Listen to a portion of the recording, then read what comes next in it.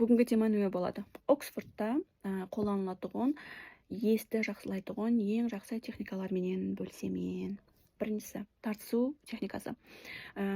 Сіз контекстта сөз ядлау үшін контекстті қолдануыңыз керек. Яғни өзіңіздің дәрежеңізге мәс болған теманы текстті аласыз, сол текстті оқисыз, оқып болғаннан кейін таза сөздердің астын жазасыз, переводын жазып болғаныңыздан кейін сіз соны кітапты жабасыз, сол оқыған текстіңізді улума басқа біреуге айтып бересіз. Не түсінген болсаңыз, соны айтып бересіз. Айтқаныңызда тоқтап қалған жерлеріңіз сіздің негізінде түсінбеген сөздеріңіз болып есептелінеді.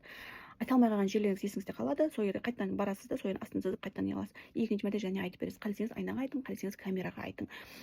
Адам болуы шарт емес. Һәм де сіз әр айтқаныңызда теманы тазадан түсініп, қайтадан айтып бергенде тазадан сөздерді ядлай аласыз.